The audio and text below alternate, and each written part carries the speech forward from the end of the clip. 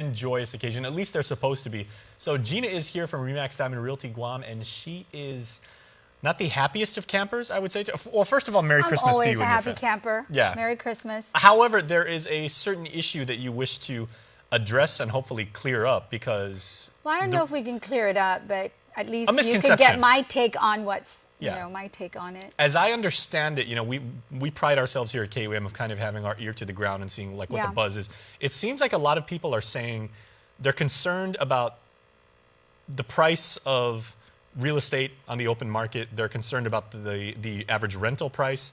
And it seems like everybody seems to say like, okay, well, let's blame, you know, the military because they've got more money and, you know, it's guaranteed money. And that seems like low-hanging fruit. It's an easy scapegoat to make. Yeah, and I've been hearing it. I've seen some write-ups in the newspaper, you know, individuals feeling like our rental, and, you know, Liz and I have been saying this for a while. Hey, these rental prices for us has been a crisis for the local community, military community. The military backs them up, and rightly so. We need to take care of these folks. But for the local community, we've been kind of saying, hey, wait a minute, there's going to be a crisis soon. We need to do something about it. And again, if I may, just to contextualize and everything, you and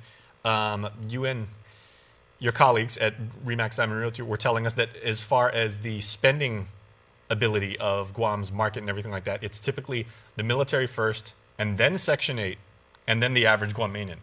In terms of rental prices, absolutely. Which is crazy. Yeah. But that's the way it is. That's the way it is. It's called capitalism. That is the way it is. And you know, the talk has been, well, I've heard individuals, and I've seen some articles say, hey, Governor, get out there, do something. You know, maybe we could tell the military community to lower down their allowances, you know. But for me, you know, let's look at what's going on. Yes, I truly believe the government could help us. I do. I believe that the government can do proactive things that might help reduce building costs, because when you reduce building cost, you're going to reduce what if I'm building a product and it cost me X amount to build it, when I turn around and rent it, I need to cover my costs. I need to make money on it. Or why did I take the risk in building? Why did I do that?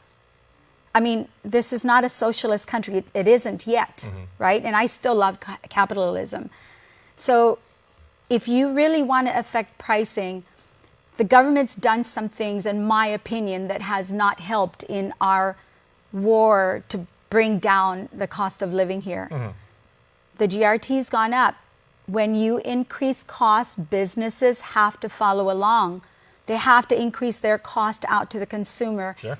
That's how things work, you know. So that's one thing is, although the GRT had gone up, it was supposed to be temporary. Now the governor doesn't want to bring that down, even though there was a surplus. I think in the papers it said $27 million. But the governor said, no, we're not going to bring down GRT. We still need it. The consumers out there, the people of Guam need it worse than the government.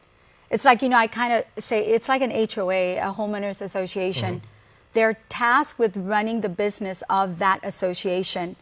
And so we come up with a budget and we say, here's the budget. And if we go over that budget, guess what? The money goes back to the people who put it in. And for me, GRT, it was our money to begin with. It needs to go back. So that's one thing that the government could do. The other thing that the government could do is, you know, I talk to a lot of developers. And they say, you know, Gina, the reason we're not, I ask them all the time, why aren't you buying big tracts of land and building affordable housing? And they say, well, the cost of building here is so expensive. We don't want to buy big tracts of land, because they said, you know, the cost of bringing infrastructure, primarily water and sewer, the cost of bringing that in for them and the length of time it takes for them to get these permits, they said it's ridiculous. We'd rather just buy individual lots and build, because we can turn our money around faster. You know, so as an investor, you don't want to go and buy something and wait 3 to 4 years to get a permit to go build on it. The cost of doing business ends up dictating what you sell that product for. I'll give you a great example.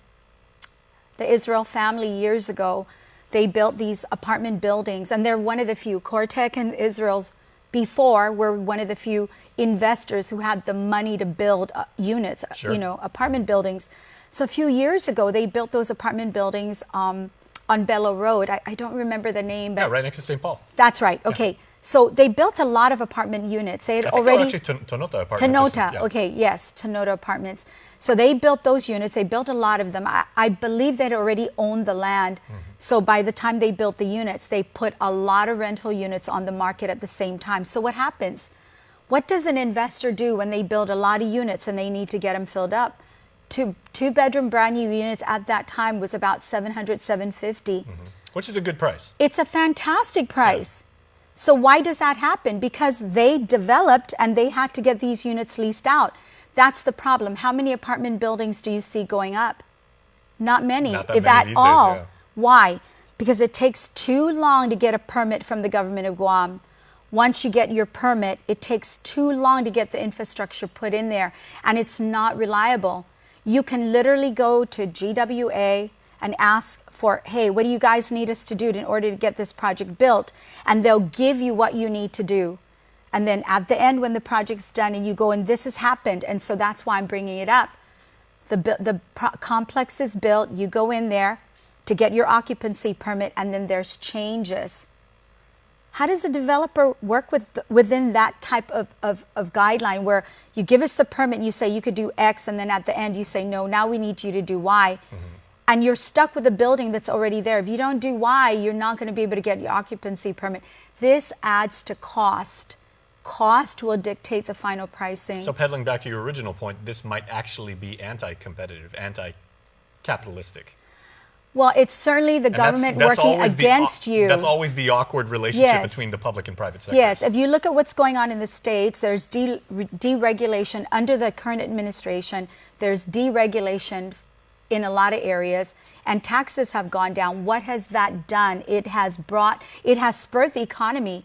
And so with competition, if you're competing, prices are going to go down. And that's what I'm hoping that the government, if you're going to step in and do something, make it productive.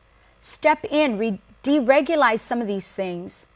Have the GWA partnership with private developers. Yes, I'm encouraging that. Partner up with them and put in some of the infrastructure so that they can build affordable units, because if you cut their cost, they're going to build more units. If they build more units, they're going to have to compete in the open market and prices have to go down. And let's end on that point, because that was very fantastic. And there is two things that you can do. You can either raise your voice, someone who's very, very learned and an expert like you, or you can run for governor in 2022. And then you can... I am not in politics. Okay, no. we'll tell you what. Let's celebrate the holiday. Let's go make Christmas cookies until the next time. Let's get the governor to bring down some of these fees. Okay, Gov. And then it'll be merry. Okay, there you go. Well, happy holidays to you. Happy holidays. And happy holidays to you. We'll see you next time.